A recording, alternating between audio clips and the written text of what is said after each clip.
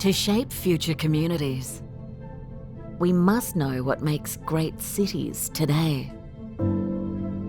Whose reality counts? That's the challenge about good design, to actually consider whose reality counts when designing.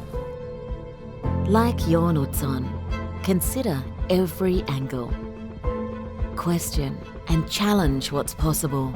Design the spatial experience, choreograph that, and then just let the buildings fit in around it. Redefine what place means.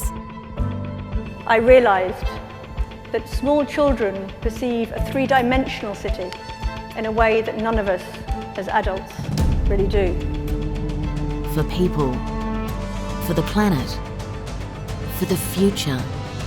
We have to cultivate a new agency for design, expect the uncertainty, and actually revel in the biodiversity around us.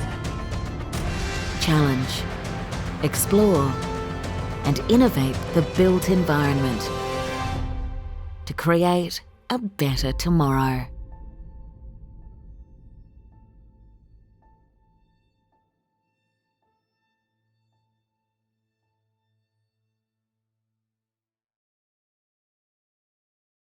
Good evening, everybody, and welcome to tonight's UNSW Utzon Lecture. My name is Philip Oldfield. I'm the head of school at UNSW Built Environment, and it's a real pleasure to welcome you all this evening.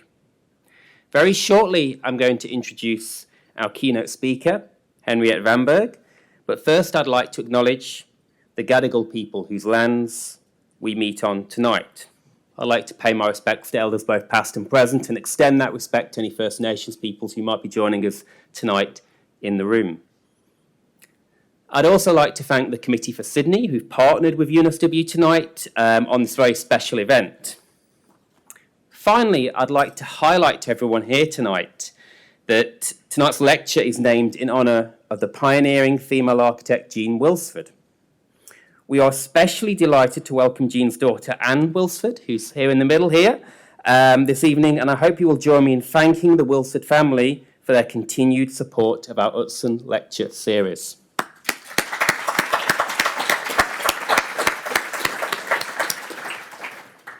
So cities and towns only really come alive when they offer public spaces truly worth gathering in.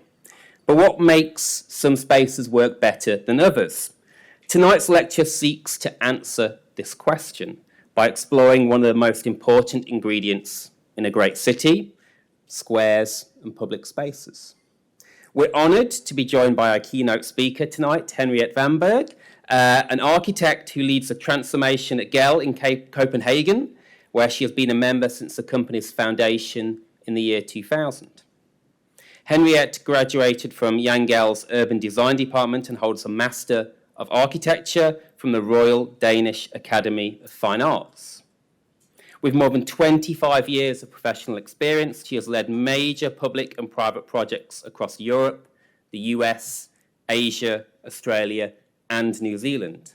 And her work is deeply rooted in Jan Gehl's methodology, focusing on evolving urban design projects through diverse global spaces. So what we'll do tonight is Henriette will shortly deliver her keynote address, and following this we will have a panel discussion moderated by UNSW Sydney Planning alum and Committee for Sydney Director of Planning, Fairness and Equity, Estelle Gresh. But for now, I'd like to welcome Henriette to the stage for the 2026 Jean Willsford Address.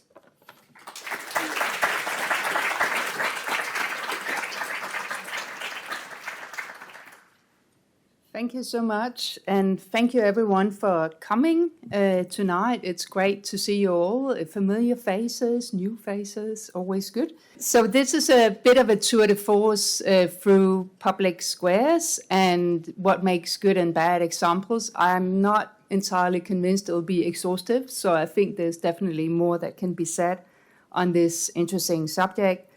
I'm also starting with talking a little bit for those of you who don't know maybe too much about GEL and the background of GEL and where we come from as a company. GEL got started by Jan Gehl, who's educated as an architect back in the 60s, came out as a good modernist architect, and did housing developments at a very fast pace at that time. Then married a psychologist who asked, why are you architects not interested in people?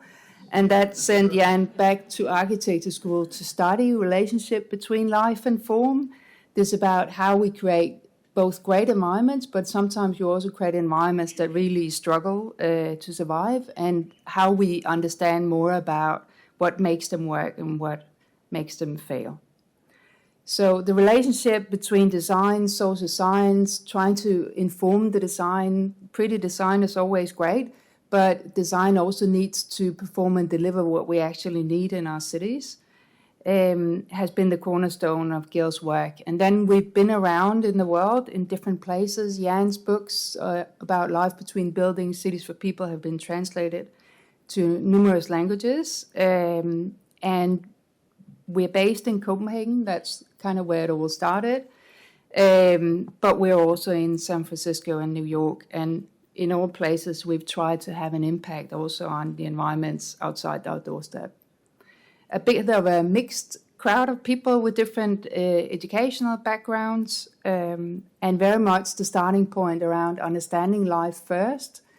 Then what are the spaces that can create the best conditions for the life to evolve? And then what are then the buildings that create the spaces that can help to generate the life? So this important principles around how we understand that what we're doing is not just about square meters. It's not just about, for example, delivering housing, but it's also about creating great environments. It's about creating great environments with a good quality of life where people can thrive.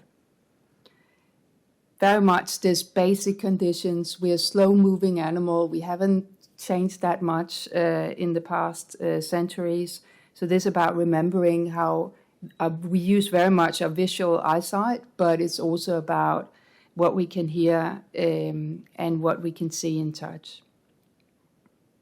Ground floors, super important ways of activating the public space, but also a way of keeping us moving. It gets dreary when we have to walk past long lines of blank frontages with no activation or no interest at all. That's typically where we fast track or call a Uber or whatever we do to do something else. So this is about the active mobility and how it's supported by also great environments that can keep us interested. Gil is very much rooted in data collection around public life and public space quality. We also started out at a time where that data wasn't readily available. We could always get numbers on how many cars in what streets and how long they would wait at the traffic lights, but we could never get any data information about pedestrian traffic, people moving on foot, although we know that in many cities like Sydney's city centre, it's almost 90% of all the journeys made in the city centre is made on foot. So this is about visualizing pedestrian traffic, pedestrian movement, and making it clear that it's a significant transport mode in our cities, but also recording where people spend time and what they're doing. So this is about measuring impact. We're doing that now in George Street also, looking at what has changed over years. How do we document the positive impacts, but also how do we learn from what is not working? And collecting different data sets around tree canopy coverage, around activation through frontages, use modal splits around different transport modes, and using different tools and methods to do it. Also turning data into stories so that it's clear, building the case for change. It's never easy. No one ever thinks that, or we were told back in 2007 that pedestrianising George Street and putting light rail down the middle, no one applauded and said that was a remarkable, great idea, let's get going. So it's always, it's a long journey, and for good reasons too, on how do we understand the consequences of what we're doing. This example is from New York, Times Square, where one of the findings from the study we did in New York at that time, 20 years ago, was looking at how 10% of the space in Times Square was laid out for pedestrians and 90% was road space. But when you looked at the users of Times Square, you had 90% on foot and 10% in cars. So you had that misalignment between how the space was used and who actually used it. And something like that was a very clear message to push out in media that people immediately understood, that helped to pave the way for change. Then we also know that it's not just about pretty streets. We can do a lot through the streets that we change. And it's not just about design, it's also about improving public health through the choices we make readily available and supported. It's about adding to biodiversity, it's about improving on climate action, and it's about providing better conditions for social inclusion, as well as benefiting the economy. And that's part of the benchmark study on George Street now, is how do we get smarter and more informed about when we change our streets, what do they actually impact on all these other parameters. Then the use of public space has been changing over the years. Some of it is still very much the same, but we also see a growing interest in coming to the city to have experiences. So it's in the past, we came to the city to work, or we came to the city to shop. Maybe we had a coffee with a friend and then we went home. But today it's also very much about the experiences that the city generates, the memories we've got, and how that's all part of layering our connection to place and to each other. It's also about building this whole foundation under our community, about our democracy, that we meet, we're confronted with people who are not the same as us, with different conditions, have different opinions, and public space is very much the scene for that. Studying public space, this is Jan back in the days in Italy, Beatnik in the Italian papers, who all wondered what this guy was doing, recording public life. Jan is turning 90 in September, but still very active, and we're still very active in terms of understanding how people use space. So understanding the different user profiles, our differences, our different needs, how we connect with place in different ways, and what is the ask for our open spaces, and what do they have to meet in terms of requirements and needs. Also, how the way we use open space, how it changes over our lifetime, how it changes with our conditions changing, what we're asking for more of, what we're doing less of over the years. And this kind of ongoing, this is from Copenhagen, this ongoing documentation of how public life in cities is changing. What are the different patterns? What are we seeing more of, less of? Who are we not seeing but should be seeing? So this ongoing, you could say monitoring, but also evaluation of public life in cities has been a fundamental cornerstone in the Copenhagen story. And this, recording, who are we attracting, seeing that people are staying longer and longer, but still sort of engaged in the same type of activity. This about observing public life, observing who's around, speaking with your mates, meeting with someone, connecting with people, is still very relevant for a lot of us. Then also Gil has these 12 quality criteria for public space. Some of it is very foundational down in the lower end around protection from traffic and feeling safe, not exposed to crime, proper lighting, stuff like that. Then there's stuff around comfort, being able to rest in the city, sit down for a while, not constantly being on the move. And on the top, all the elements around actually enjoying the city, the human scale, being able to hear what your friends are saying. So all these different elements where again, great design is part of it, but it's also all these other notions around how we can move through space in a good way, have a good experience. And now we get to this swift clicking session of going through a number of different spaces around the world. So some of the more classic public squares, where we know St. Mark's in Venice, we have the whole Italian way of building cities, where it's almost like a built form mass that you carve out streets and squares of different sizes through them. So you create these networks of experiences through the city, and a network of different sized squares and spaces that cater for different functions, like the market square, but also the entertainment square or the resting square, other elements. We've done a bit of work in Bologna for the past couple of years. It's called La Rosa, La Grassa, and La Dotta. Supposedly the red, the fat, and the wise. The oldest university in Europe, the best food in Italy, or maybe even in Europe. So, and the red from the red-colored brick buildings that are very dominant in Bologna.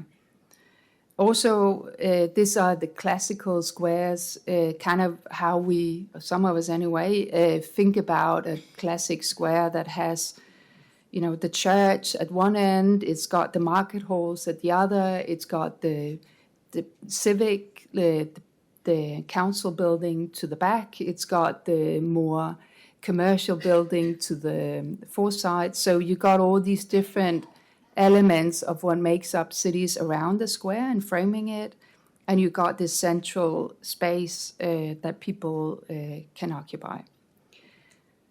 Again, these about the lodges at the side where people can retract, get a bit of shade, watch what's going on, while musicians or other event stuff can happen in that central space. Not unfamiliar with the concert hall where we sit also at the edges and watch what's going on in the middle. So this is about how urban life plays out and how we watch it almost as a stage in the central part. Victoria Albert Museum, the inner courtyard, very much the same, the central space where all the kids get wet, and then the edges around it where we sit and relax in the shade. And talking about shade, that is becoming a crucial problem. So also these plans to the right are from Bologna. So this whole classical model of the Italian city with the brick buildings and the hard surface squares is very challenged at the moment. We've got 45 degrees on the worst days in Bologna in a city that's not air conditioned. It doesn't have a lot of the modern installations. It's like entering a baking oven with nowhere to cool off. So the strategy worked with them on has been about how can we, on a number of different spheres, but one of them has been this about increasing the amount of green and rethinking that hard surfaced Italian square and try to squeeze in as much green as we can. That is very difficult. It's also very difficult out of a heritage and a whole cultural understanding of what the city should look and feel like. But again, we know that there's no way around it. We need to figure out all the different ways we can use in terms of cooling down our cities, and particularly also the open space and the squares. Copenhagen, different story, slightly colder climate,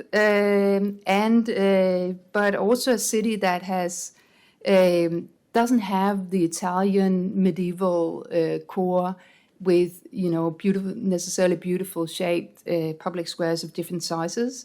We've got some of it in the inner core of the city, but we've very much had to create them. So it's been very much this process of expanding the network of public open space in the city, so the squares, the parks, the pedestrian streets, throughout the city, and providing different opportunities and activating more of the city, but also creating different shapes and functions of public space in the city. This is, funnily enough, I picked the Town Hall Square in Copenhagen, and just a short story around how that has changed over time. This is back from the 50s with the trams coming through Town Hall Square.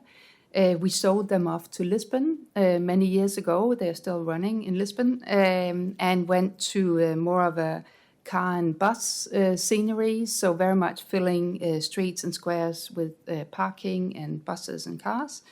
And then gradually over time changing that to a more quiet square that could have more activities and could celebrate again some of that civic function the squares also have, digging it up again to implement the metro. So we've got a metro station now in Town Hall Square, repaving it, reconfiguring, buying back. The fountain had been split in different parts across the city, buying back the different pieces, reassembling it, and putting it in the central spot. So that done, and then reopening the square, where you can see with that snowy photo the different key movements across the square. So this has changed over time. No doubt it will change again, and I think that is sometimes the fundamental part of cities changing over time and how public squares adapt to where we are. What has remained in Town Hall Square in Copenhagen is that it's very much a celebration space. Now we didn't make it into the World Cup. Yeah, that was a bit of a blunder, to be honest. We're not totally over that yet, but we're trying to find other teams to support. Socceroos is a good option. So, but Tour de France, we had the first start. We had a handball sport you wouldn't know of, but handball is very big in Denmark. That's where we go and celebrate it. So all the New Year, everything that happens in Town Hall Square, all these bigger celebrations happen in that square. Also, there's plans to temporary closures of the bigger street leading to Town Hall Square, of temporary testing out a new configuration, and again providing more green, but also possibility for collecting water. We get a bit too much water in Copenhagen, so we need to find more space to have underground tanks to slow it down before it goes to the sea. Also, some of these smaller community squares and how important they are in terms of upping the quality of a space and providing small opportunities for people to rest and replacing, in this instance, just free parking spots and a little slip lane. Yeah, so it doesn't take much to create some great opportunities in the city. This one was a little bit of a bigger effort. This is Israel's Plads in Copenhagen. Used to be a parking lot back in the 50s and 60s, all over. Now the parking is underground. And today it's a very big square with market halls at the top of that photo. And with facilities for the nearby school. My daughter's high school is just next to this square. And this square is providing the outdoor space for them to do some of their sports and gatherings so that the public square becomes part of the life of the community around it. This is the local kindergarten training on their bikes. We try to pay them off to come out every time we have visitors, just to showcase how phenomenal it is that you use open space to train kids in a pretty fundamental thing to do, that you get your own independence. You're active, you can ride to school. So the whole intention here is that by the age of 6, they start school. They should be able, the majority of them, to go to school on a bike. And go to sport and go to friends. That's a great independence to have as a young child and also as a young person later on. Then other squares have been upgraded too, also through, you've seen the metro improvements here, huge improvements to the city. This is one of the metro squares. Used to be nothing you would talk about. You would try to hurry through as fast as you could. But this is a neighborhood square not that far from the central station in a very highly densely populated area. That is, I would say, if you look at the plan from above, you wouldn't think much of it, or as a designer, you might get worried.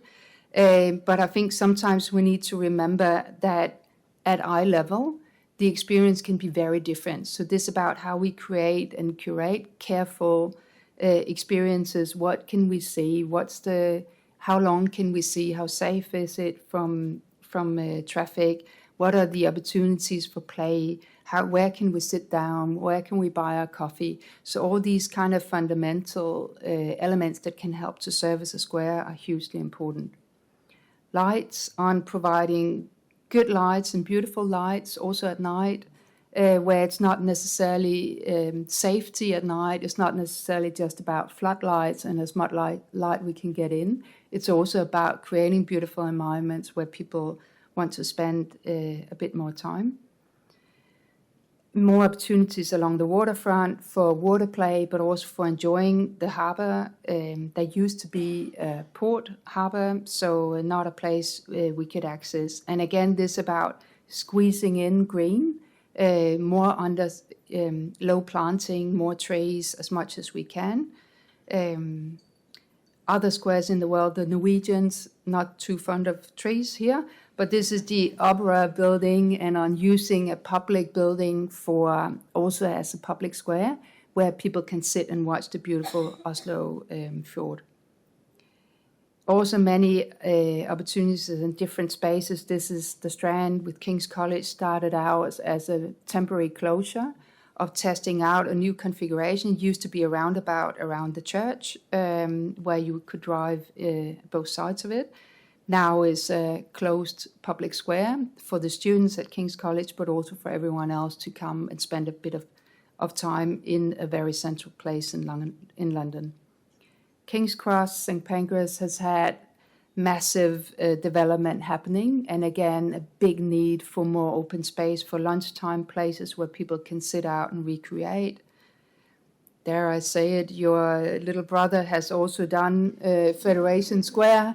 Again, this about celebrating, also about having different types of events, also smaller scale events. How does it actually work over the everyday with the small puppet feeders or whatever it is, and how do you also do something that's interesting for kids?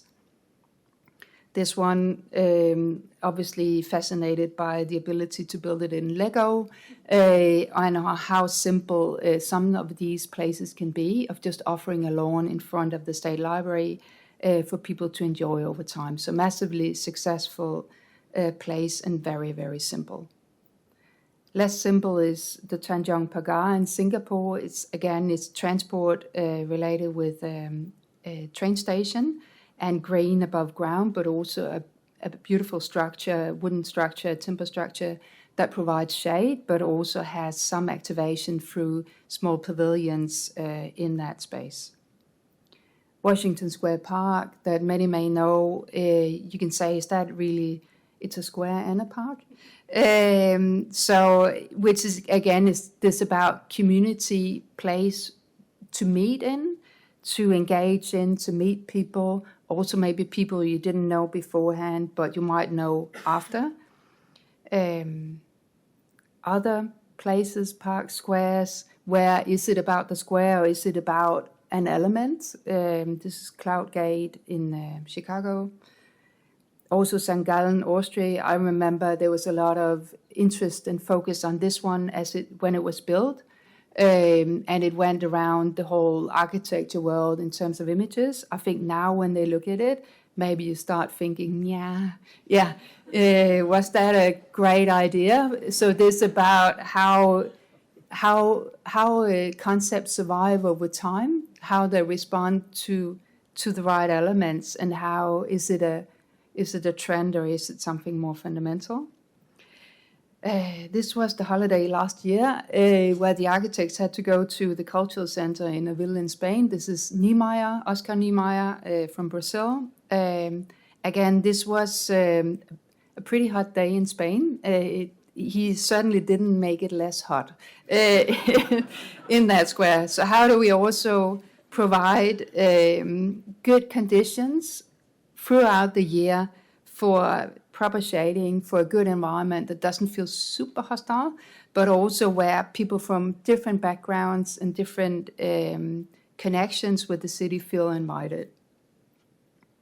Bit of the same, but just in a very different format is Gendarmenmarkt. You can almost hear it.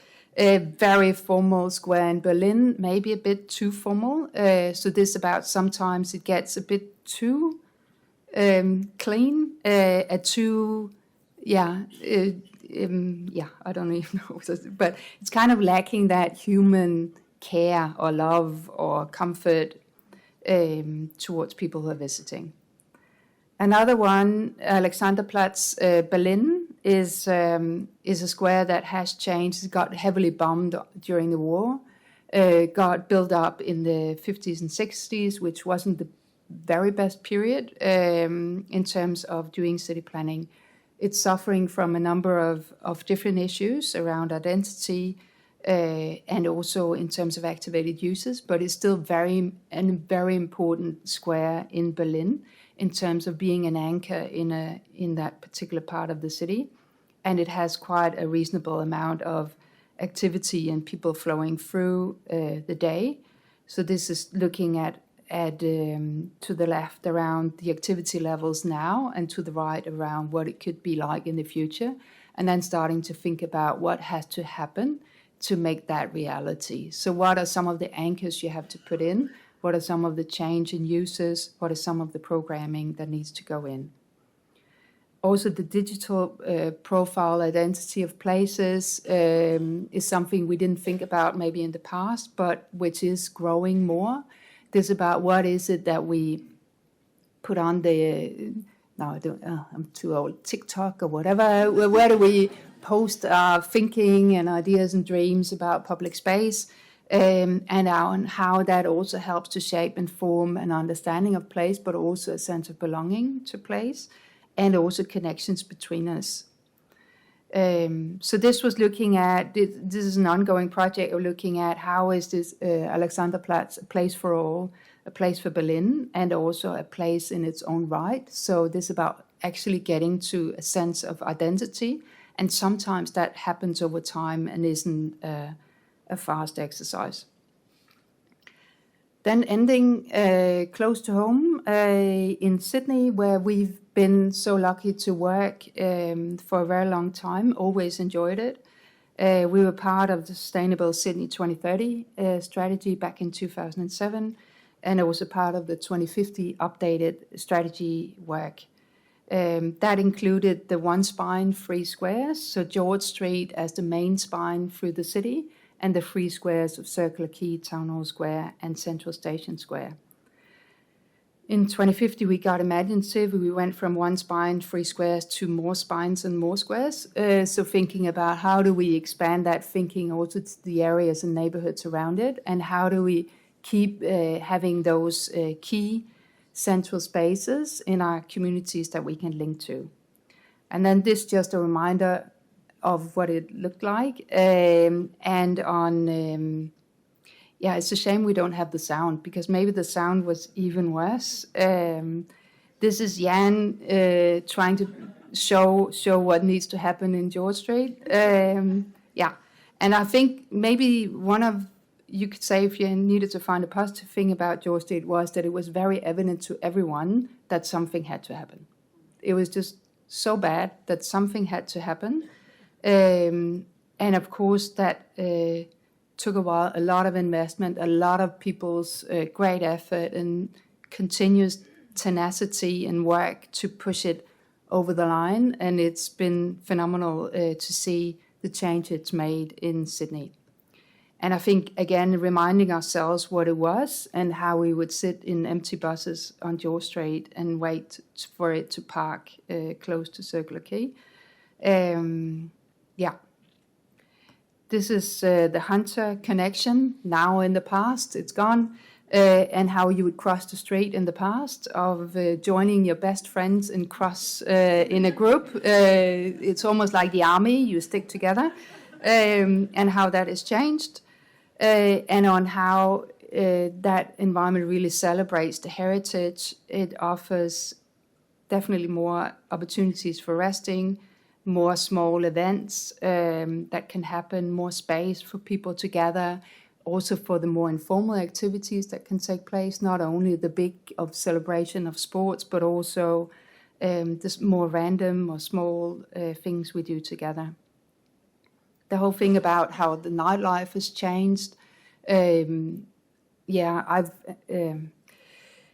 I did my internship in Sydney in '97, so almost 30 years ago, and lived in Erskine Street in a small terrace house, and felt very alone in Sydney over the weekends and in the evenings. It was very empty here.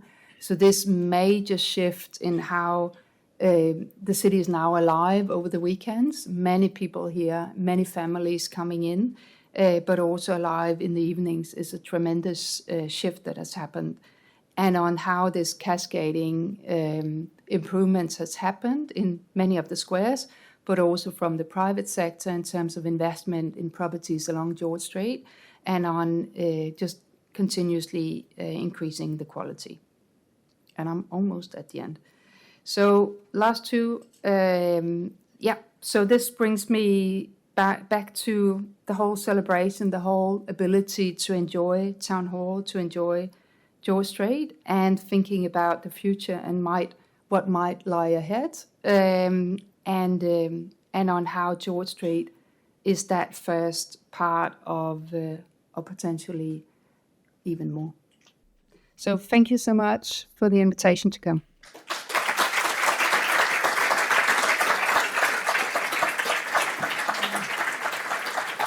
Thank you, Henriette. I'm going to invite our great panellists up. We're going to have a bit of a chat. So if you want to come up. We're going to have a bit of a chat of, look, the title of the event was Great Public Squares and why we need them. So that was a statement. We're going to turn it into a question. What makes a great public square, and do we need them? And I'm really pleased to be glad to be joined by Henriette, Ken Ma, Hassel Fellow and Honorary Professor at UNSW Sydney, Alia Karaman, Project Director at Southwest Sydney Metro, Amber Nahal, Senior Planner at Mecone, and New South Wales Young Planner of the Year. I've also stacked the panel with planners, so there you go. Myself, I'm going to be facilitating it. I'm Estelle Gretsch. I'm an urban planner by background, and I'm really looking forward to this conversation. I'm going to pivot to this mic. Great. The first question I had for the panel was, what's your favourite public square and why? And to do that, we also kind of need to understand what is a public square. It's like, how is it different from a park? And you're right, Washington Square Park does cheat a little bit because it's both. But if we go to the next slide, I wanted to start with my own reflections, because I was kind of scratching my head a little bit. Like, squares, they're in Sydney, but they're probably not a big part of our imagination as a city yet, I think, except for Parramatta Square, which I think is a really fabulous example of what squares can be. It's connected to transport. It's like the best place for people watching. You can sit there in the sun thanks to very targeted solar controls. Thank you, planners of the day. It's really great to soak in that vitamin D on your lunch break if you work in Parramatta. There's so much going on. The ping pong tables, people doing Tai Chi in the mornings. The library obviously facilitates a lot of public life as well. So that was my favourite in Sydney, but I also kind of thought back to now what I think is probably my first sort of urbanist experience as a 12-year-old, when I got to visit the village my grandfather's from in Malta. And it's so tiny, and it was just a street, but people would bring out their chairs from their living rooms and it became a square. So I think, to me, that's an example of how you don't actually need anything fancy, but it's just people coming together. I mean, it was sort of bound by buildings and it was nice, but I couldn't find a photo, so I just put super blocks, because that's kind of the same thing, what Barcelona's done there. But you're up next, Ken, and the next slide, we're going to see what Ken's favourite squares are. And you also cheated, and you also had two like me, so, you know. Well, like Henriette, I mean, I was thinking really about the foundation of major public squares in Europe. And I initially thought of the great squares in Rome, maybe Hotel de Ville in Paris. But I thought that there's an interesting way to get a particular character in squares, and the one that came to mind most was Siena and the Palazzo di Campo. And I like this because it's kind of organic and it arises out of the topography. It also arises out of the culture, and it's a medieval square. And it's also got the fundamentals that makes really a very good square. And that's simply that it is a memorable space. It's a space that's imbued in history and culture. It's a space which is alive and works now as it did in the past. It's a space that has very beautiful pattern of paving and an occupation around the edge and a residential population around the edge. And it's a place that's kind of comes out of a city that's compressed through the sort of intimacy of streets and then the opening into the public space itself. I also like it because it's very democratic and it has the Palazzo, the public city square building that dominates the space but sits below where the public are. And so I just think there are many kind of layers of culture, history and humanity that make that, for me, a very memorable space. But I then thought about, that's not about Australia, so what would make an interesting public place in Australia? And it's a more intimate space down on the bottom right, which is Macquarie University, and it was the central square or courtyard. And this goes to the point that not all public places have to be major centres in the city. And it really is the main centre of the university. And it was designed by Richard Clough in about 1967. Hassel did an upgrade in 2009, and sadly it no longer exists. But what was important about it is that it's something that responds to the culture and climate of that particular place. And it had a beautiful grid of gum trees and also a mix of hard space and soft space. And it made it incredibly occupiable, but also amazingly memorable. And so I think those are the things that were important to me, how it relates to its place, its climate, and its history and its culture. Did it have that smell as well of eucalypts? Beautiful eucalypt smell. We actually sat in order, so I'm really pleased, Alia, you're next. And I was also going to show off with my international experience travels, but I won't. Of course, Washington Park, where we talked about it and then got into a debate around, is it a park or is it a square? But for me, when I think about, again, similar to you, what is that urbanistic, that sense of appreciation of public squares, it comes back to the early memories of seeing my grandfather dress up in his finest suit and his hat that I forget what it's called, the one that the Peaky Blinders wear, and walk to Bankstown Plaza, not the Bankstown Plaza that you see here, which is the new Bankstown Plaza, anchored by the soon-to-be open Southwest Metro, but the plaza which had it connected so many people of different backgrounds coming together, connecting from the north and the south. Now that plaza, similar to yours, was it has been replaced by a bus interchange and no longer and that place for people to come together and actually connect of different ages has been removed for a long time. The example that I've put there is the new Bankstown Plaza. And the Sydney Metro is the new station there that connects between the Sydney Metro and the Sydney trains. It was purposely designed as not a transit station location. It was purposely designed so that it functions as an urban spine, an urban spine through connecting the north and the south from the flavours of the Levant, the Middle Eastern flavours on the north, to the Asian flavours on the south, so that it's not intended to be just a location where you enter or exit a station. You actually stop and you either walk down the Appian Way from the newly Western Sydney University and have a bite to eat. So I love the fact that it's replacing what was for me my first memory of the role of a town square. But if I think about what we've heard today from Henrietta, but also the role of smaller village squares, I think of Oatley, I think of Summerhill, I think of Lane Cove.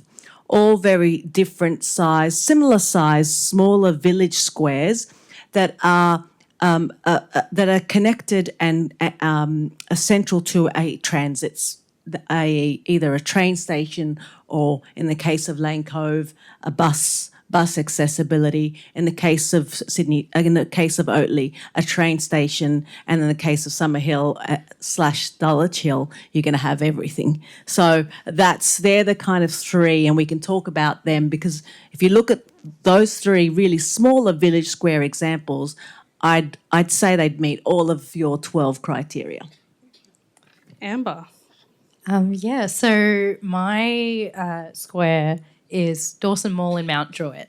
And Dawson Mall in Mount Druitt is very much the centre point of the transport interchange of Mount Druitt Station, the Westfields, the community hub, as well as the library as well. And for me, that was very much my first experience in a public square. I used to walk through it all the time, weekly, either to get from the library to the train station. My dance studio was there. So I had spent a lot of time walking through this space. And for me, it's the connection that people had to the space, which really enticed me. So, for example, I would always see out in that space a worship group on Thursday nights, and kids playing basketball, and people making their way from the bus stops to the library, and it's been a central point of celebration and also remembrance for people in Mount Druitt and the Blacktown LGA, and especially, for example, they've got a annual lighting of a Christmas tree, and that has brought a lot of joy to a lot of kids over a very long time. And then in 2015, they had an Anzac Memorial Mosaic ceremony as well to honour those who served during the wars from the Blacktown LGA. And so I think for me, especially having a place that I very much grew up in, it holds a lot of sentimental value. So for me, that's my favourite public space. Last but not least. Yeah, I've already talked a lot, so I'll try to make it short. So I've selected two squares. You've already seen them, and maybe just add, as you could say, complementaries of saying we need spaces or squares for celebration, and we need squares for everyday life. So how can we try to find middle points, make squares work harder, or try to create different opportunities in our cities? I might stay with you for a sec, because I do want to kind of iron out this idea of when is it a square, when is it a park. It could just be semantics, but it's sort of interesting because squares are quite political. Like, is it less political if we said we were building a park and not a square? I don't know. What do you think? Yeah. This is where I'm not. This is where I'll share that I've always been told that in Australia, you don't have squares because the British didn't think it was smart to offer open space for the convicts to go crazy in riots and stuff. So they would get gated parks and streets. End of story. So it's the same in the US, you could say. It's the same in many of these places. Even in London, there are not that many squares, but it's more that tradition of the English park or gated garden, often locked. So I think maybe there's something around that starting point where for us, we don't see squares as places for riots, but where we but where it's just an integrated part of the city fabric, and that they have many different uses. They've been functional as the buildings for over the years for selling goods, for meeting people, for entertainment, for earning money. So there's just a different tradition for squares. Plus, they're not always square either. Just saying. Does anyone else want to add? Or Ken? I just wanted to sort of reinforce the fact, yes, Sydney didn't traditionally have major squares, but I do believe that Governor Phillip, when the first settlement occurred, European settlement, that he had influenced by the Portuguese tradition of having a square at the water. And then Government House was initially located in a way where there'd be a diagonal access up to Government House. But that never happened, as we know. And and then also there's been talk, I remember Winston Barnett, an early academic here, used to talk about Circular Quay being the great water square of Sydney. But I do think there does need to be a mix, and it is a bit semantic as to whether it's called a square or a park, but we do need public gathering spaces. And I think we've just talked about the importance of a square or to be able to cater for celebration and to cater for, I think if it can cater for celebration, it can cater for commiseration and it can cater for unrest. That's the reality of it. I think it's that flexibility, agility of a space that gives it that connectedness. Yeah. So we've kind of got this European archetype in our mind. It's the square that's anchored by a civic institution, be it a cathedral, a market hall, or town hall. I'm going to go to you, Alia, because when the CBD metro stations opened, they were described as cathedral-esque. And we've kind of seen this trend where a lot of contemporary or modern squares are anchored by transport. So can you talk us through the role Sydney Metro's played in creating some of Sydney's newest public squares? Yeah, I mean, interestingly, Martin Place is in that list of, and I think the Metro will, I believe, enhance Martin Place's potential. We're not seeing it immediately, but I think, interestingly, the attraction to Martin Place now is not at the square level; it's below the ground level. It's the station below that's actually being the attractor. But I think that will inevitably make the attraction up towards enlivening and enhancing the attractiveness of Martin Place. Certainly, I think I should say that while it's one line, City and Southwest, Southwest doesn't have the cathedral-esque budget, and we've got the heritage stations. So I think what we've done on the Southwest is recognise and respected the heritage station. So the box itself hasn't changed. So just want to let people know when we do open the Southwest, don't expect the grand changes. What will more so around what the station does on the outside, and that's, I think, the wonderful thing about Metro is what the Metro will do is it'll enlighten and enliven what we already love about Belmore. It's going to, there's going to be there's more emphasis on the space and the streets. And the streets, if there isn't any room for a public square, will become effectively function in a way that a public square, where you are seeing the decreasing use for the car. Certainly on the Southwest, the two main squares that were purposely built with the intent purpose of doing all the things that we've talked about, what we believe a square does is Dulwich Hill and Bankstown. They're the two major ones, I think. What I haven't talked about is each of those 9 stations will also be connected by Metro Way, which is a cycle and pedestrian way, which will further provide that spine across the corridor. So I think the Metro is going to be a game changer on the city.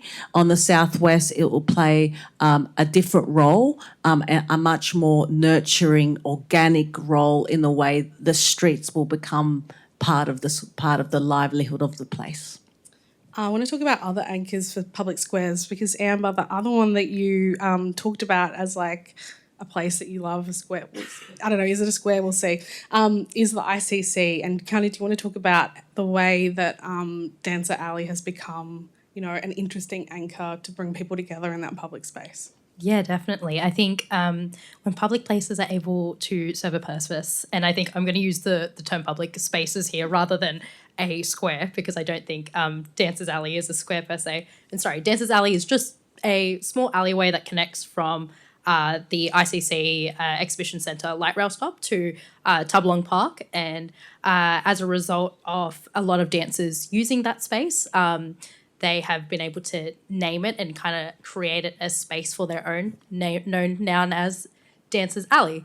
And so I think when it comes to public spaces themselves, we, especially as a city planner who is a dancer or a dancer who is a city planner, I think it comes having that lens of being able to see people utilise a space and create their space, have ownership of a space like Dancers Alleys, and finding the way that people anchor themselves to spaces is really important.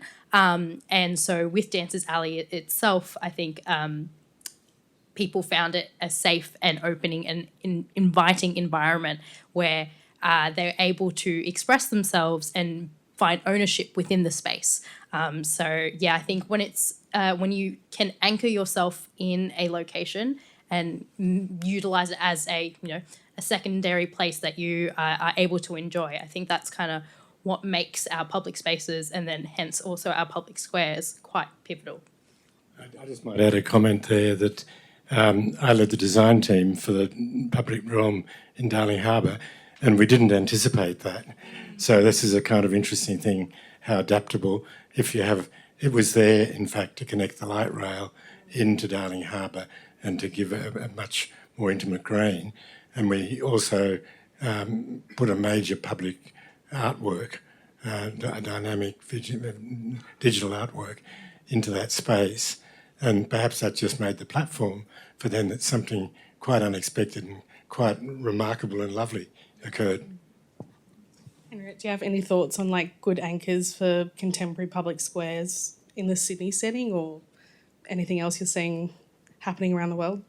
I think there's something around connect. Now I'm saying what immediately comes to mind. I think there's definitely something around, if we look at the university campuses, if we look at UTS, that this about in the past, didn't think maybe too much of integrating with the city. It was in the city, but didn't think of the outdoor spaces as maybe that interesting places for the university to have an impact and see them as part of the campus. And I think that has been a major shift of this, the universities, but also others reorientating towards urban and embracing urban and wanting to play a part in it. But I think also, to your point around this, the belonging question around how we connect with place and how we put our mark, or how we create different types of places, and how many players across the city. It's not just the city or just the state. It's actually many actors who offer their interpretation of open space. You could take Liberty Square or the big black roof up at the north of George Street. Different interpretations of what public space is. So we've all heard the stats about how loneliness is on the rise, civic engagement is falling at the same time. Public squares, like we've talked about, can be this place where we come together in big moments, both celebration and protest. But how important are they for the everyday too? So, can they be a part of how we rebuild or build civic and community life? Who wants to start with the big question? Ken. I'm happy to start that. I think in a increasingly digital world, the experiential is becoming more and more important, and the human connection is becoming more and more important. And I think we're also seeing a big shift in our cities, as Henriette talked about. The shift from car to public transport, the shift from car dominance, vehicle dominance, to pedestrian dominance. And I think in Sydney, the metro is going to bring so much more pedestrian activity.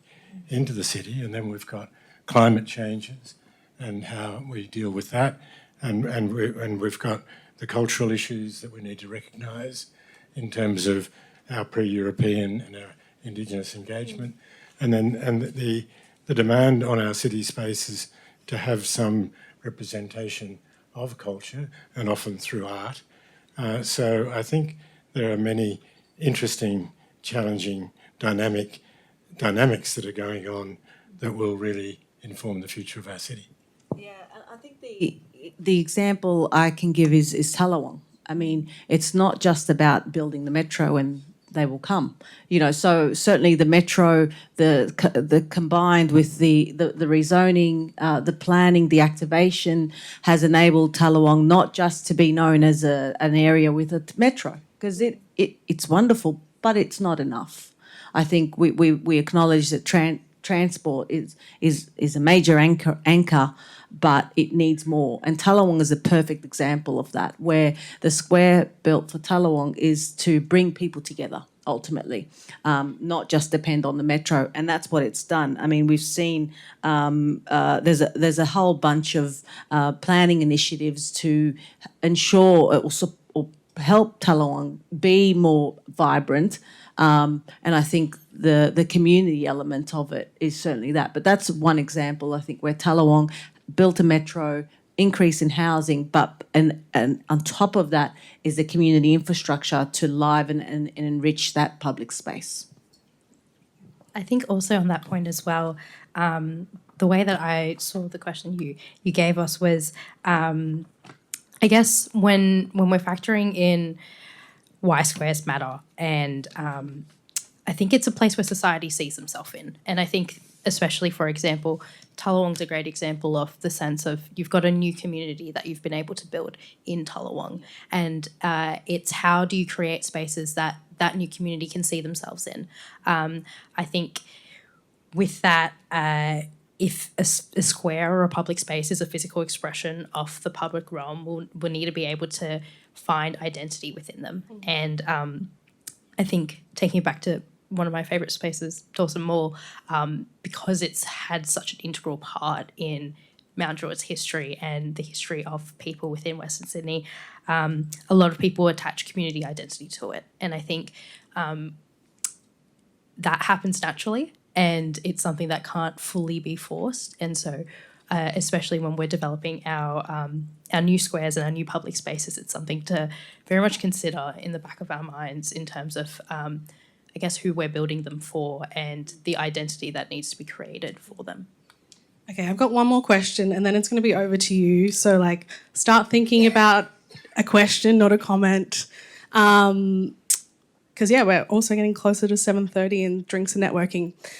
So my last question, look, it's really easy to romanticise the power of public squares, but there's also heaps of examples of terrible ones. If I'm speaking really honestly, squares have in the past been built deliberately to exclude or to intimidate or to project power. So what does the opposite look like? What's great and what's good in a people-centred world? And what actually makes a public square welcoming and inclusive? Maybe I'll start with you, Ken. I'd like to talk about this in terms of Sydney and in terms of the debate that's going on at the moment about Sydney Town Hall Square, because I think there's a huge opportunity. The transformation that George Street brought to the way in which people behave in the city is remarkable. All the seats along the side people are engaged and conversing and living out public life. And the Gale plan for the three main squares, really the culmination of that is Town Hall Square. And Town Hall Square has a remarkable opportunity because it can speak of the history of the colonial city.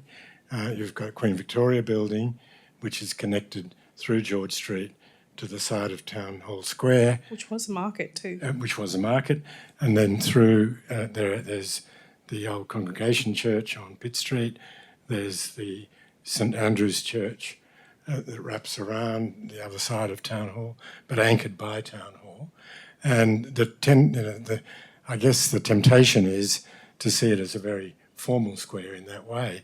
But in fact, through that sort of dynamic of the connection of all those places and the fact that it also can start to express a different type of square, which is about our time now and into the future, where it won't be simply a hard square. It will have a really generous tree canopy, which is happening in, as I think Henrietta mentioned, all the way through Europe now. There's this huge transformation occurring from those traditional hard squares through to those with tree canopy. But also it's a place that can be overlaid with markets, with major events that the city has, and with intimate moments around the perimeter that is so important, as Henrietta has mentioned. So I think this is a hugely symbolic opportunity, but it's also one that can help continue that transformation of the way Sydney can be a truly public city. Amber, I'm actually going to throw to you because you talk about Dawson Mall and it's got the beautiful Crofi sculpture shade structure, but you were kind of critical, and I guess like my critique of Town Hall Square so far has been I have been a bit freaked out by the renders where it's just like covered with blue stone and there's no shade and trees. So do you want to talk about, like, from Western Sydney Blacktown context, kind of what you're hoping for future squares as well? Yeah, definitely. I think although Dawson Mall is my favourite square, I very much am aware that it is not perfect and it's nowhere near perfect. And I think, especially for example, Crofi did I would like to say a beautiful design and integrating colour into a square, which is something that you don't see too often in Sydney squares, or at least in Greater Sydney. So integrating colour, however, shade is something that, as Ken touched on, is very important, and especially in terms of canopy cover. And there's a lot of discussion in regards to greening our cities. And if we are creating public squares and places for people to gather, we also need to make sure that people will be able to stay in those places. And so things like shade, things like canopy cover, things like being able to sit and enjoy are all very important. And so, I think especially developing our spaces where I know I've shared this story about Dawson Mall and a friend using a pram and pavement, for example, something very simple as pavement, waking up her baby because she was just rolling her stroller and it hit a bump and a baby starts crying. So it's making sure that our public spaces are down to the nitty-gritty things such as pavement, such as deep soil, such as trees, actually cater for more than just making a space look beautiful. It's also making sure that our public spaces and our public squares provide additional benefits for people to stay. Alia, any final reflections? I mean, it's a bit sort of, it's interesting because I think of the criticism that we're confronting with the Dalchiel Plaza. If anyone has been there, it's that it's too stark, or it has the bit more of the trying to the tiling choices aren't enabling. You're going to wake a baby up, and so forth. So I do think it's a debate right now around some of the examples that we saw enable that agility and flexibility. I think if we get too in the level of catering for a particular right now purpose, it does lose its ability to move with what the space needs over a period of time. So I think that's something in the design of the metro's spaces, or the spaces adjacent to metros. It's recognising that just as with a metro comes transience. And that means that, therefore, the adjacent public spaces do need to be flexible. I do wonder if in Australia we're limited in our ability to create all this concept of public spaces because we do get so bogged down by the so many various levels of bureaucracy and criteria and standards and so forth that it has to meet, whether it's DDA. And obviously we want that accessibility, but then is that what's stopping more often public squares? Is it that it's trying to be everything to everyone?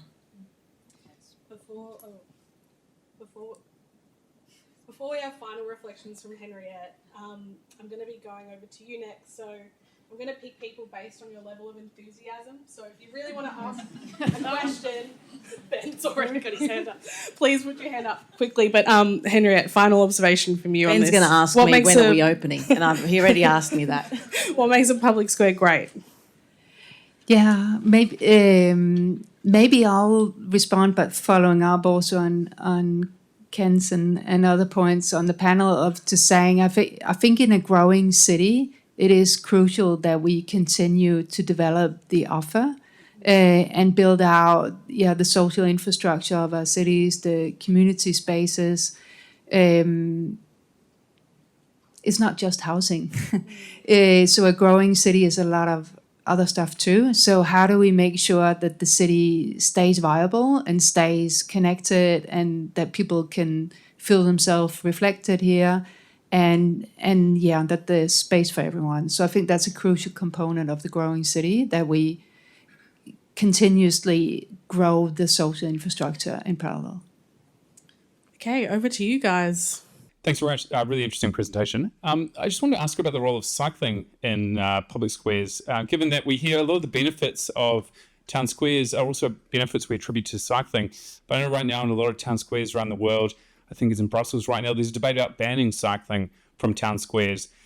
We've removed cars from town squares, but are there other road users we welcome? And probably related to that, should they be key parts of our cycling networks or are they separate? Yeah, we started out having multitude of mics, now we're down to a few. But so cycling, totally on it. I think if you take Copenhagen, we can rarely cycle in our squares. So I think there is this about having a more maybe mature cycling culture over time, where cycling can be allowed in some of the squares along the streets or in certain corridors, but it's not allowed to cycle in the squares themselves. And I think, that is that constant push, I would say, for adequate bicycling infrastructure that is connecting and where we don't get into that constant conflict where bicyclists and pedestrians have to fight for the same space, but where we actually recognize it as a transport mode and offer the proper conditions for it. On the southwest stations, we have specifically catered and prepared for. It's part of our planning condition is to construct a 14-kilometre cycleway from Sydenham to Bankstown. So that was part of the earlier thinking. It meant that the design of the few squares that we have was limited, was very much in the forefront thinking about how the cycle path will, for example, cater coming into, say, Dulwich Hill Plaza or alongside Bankstown Plaza. And I think cycling needs to connect but not occupy the squares or there's a conflict. Okay. Any women want to ask a question? Oh, Caroline, yes. Sorry, I couldn't see you. Thank you, really fascinating. There was one public institution that several of you mentioned, and it's a library. And we can see that in Parramatta Square. We can see that in your favourite public space. I visited that library. It is busy 7 days a week. And I think of Marrickville Library and how it has transformed. It's a kind of square, I suppose. I'm thinking... Yeah, I'm interested in your thoughts. Obviously, some museums are critical to the great squares that we can think of. But, I'm interested in your thoughts on how, very, very public buildings like libraries are part of anchoring some of the great squares. I mean, Henriette, you've got incredible global knowledge. I'm interested in any ideas that, I can think about and look to of where libraries have anchored public space, given the length of time that they're open. Obviously, we're next to the State Library, open till 8 o'clock, and it's a very important part of the kind of nighttime as well as daytime. We are working on improvements to the thought of Shakespeare Place to become a bit more like the State Library of Victoria. But yeah, just interested in any great examples where, you can point to. But any of you on the panel, thank you. Thank you, Caroline. I completely agree. We've just concluded a study with the Institute for Public Knowledge in New York that is called Social Infrastructure, and it's actually about seeing all of these connectedness around the palaces for people that they're called the libraries, but also the cultural institutions, the sports, recreation center, community centers, public spaces, how it all comes together as servicing the community, and how we need to think way more of them as connected networks that we need to invest in over time, and on how we also over time have had in different countries, definitely in New York, a very massive investment in the 20s and 30s, then a bit of investments in 50s, 60s, but now it's about time again. So there is this about, it comes with, intervals, this kind of investment in that public infrastructure and how we see that as vital elements that offer our connectedness again and our connection to knowledge and opportunity for education. And so totally with Carol, I think it's really critical, and Bryant Park in New York's a great example. But maybe in Sydney there's an opportunity, as you say, for something in the enhancement of Shakespeare Place, but also maybe over time changes in use around the future Town Hall Square, where there might be opportunities for more public buildings to enliven the whole of the place. I also just want to talk a bit about identity, and there's a universal idea about squares, but there's something really important about the particular quality of new squares, particularly, say, Town Hall Square, and how do we achieve that? And is it through our Indigenous heritage? Is it through our landscape expression and character? But I think that memorable and particular identity is so important. We're at time. I have to hand over to my boss, Eamon Waterford, if you could wrap us up. No, please, hold your applause. Thank you so much. But don't hold it for long. Please, everybody, a massive round of applause for our panel.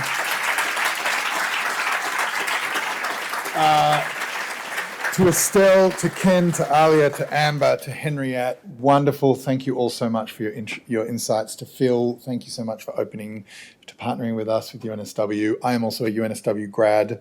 I did social sciences, international relations, political science. So when I think of squares, I go to the places like Tiananmen Square, like Constitution Square in Romania, where Ceausescu was overthrown after trying to cow the angry mob out the front of the largest building in the entire world. Doesn't matter how big your building is, if the square's big enough, it'll hold enough people to storm that place and chop your head off. The Grand Plaza that Hitler wanted to build when he finally completed Germania, his major thing. I think there is this really interesting didacticism, the binary of public squares as places for people, but also clearly places to keep people out of, to divide us between the elites and the hoi polloi, the masses. So that's where I went, because that's the same. But I also go to the local village square in Walleye Creek, near where I live, where amazing Asian restaurants sit around a beautiful public square. It's a bit of a wind tunnel. The urban design's a bit crap, but it doesn't matter. People love it. They get out. They have fun. They enjoy themselves in that space. And I think that's the thing about squares. They really sort of enliven and we can all think of a place that we enjoy, we love. And so we are so grateful to you, Henriette, for sparking such a wonderful conversation and really getting us thinking about these spaces and the important role they play in civic life, in community, in society. for good and for bad. Now, what happens next is there are drinks down that end of the room. I am reliably informed we have purchased a 2-hour drinks package, but we only have 1 hour to drink it. So, friends, my challenge to you is one for yourselves, one for the country. Get to the drinks. Thank you for coming. See you later.